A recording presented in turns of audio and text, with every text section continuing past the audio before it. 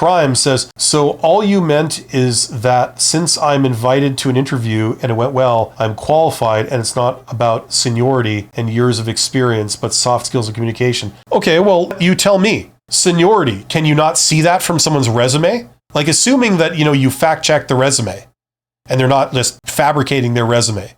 Years of experience, you can see that on a resume. Why would you need to then bring the person in for a meeting to confirm years of experience?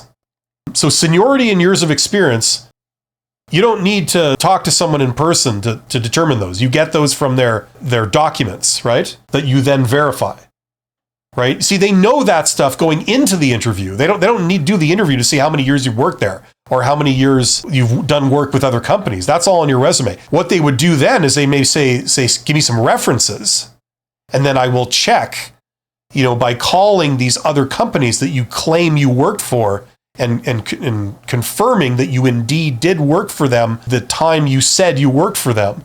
And that's how I can confirm years of experience. The whole point of bringing someone in to talk, like why would you bring someone in to talk to them in person? It's because you want to see what they're like in person. That's what they do. And the other thing is that, the number one factor why employees don't work out is not lack of qualification. It's personal issues. It's a people issue. The person just doesn't get along with their boss, or their boss just doesn't get along with that employee.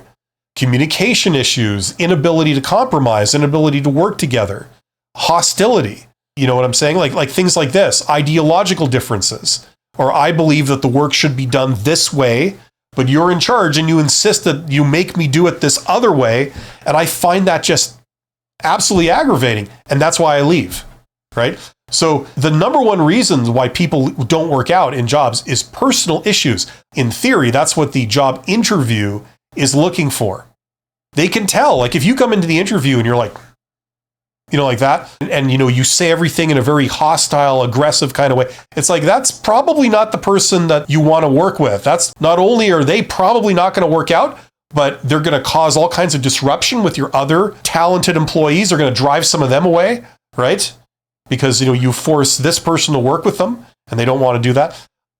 You know what I mean? So this is the kind of stuff that HR studies, right? They study this kind of crap. They do a pretty terrible job objectively too. And as evidenced by the results, people still don't work out in jobs just like they did 50 years ago. Like we haven't really improved on that, on getting people to enjoy their jobs and to stay. It's still the same ratios, So in theory, that's what the interview is supposed to be looking for. Check out that course.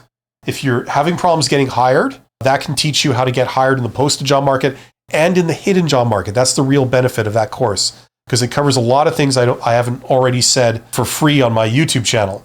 So check that out if you're interested in that. And check this too. That will help you be seen as a contender for someone that they should promote upwards. So if that's important to you and that's what you're looking for, check out that course. These all have links in the description box under this live stream.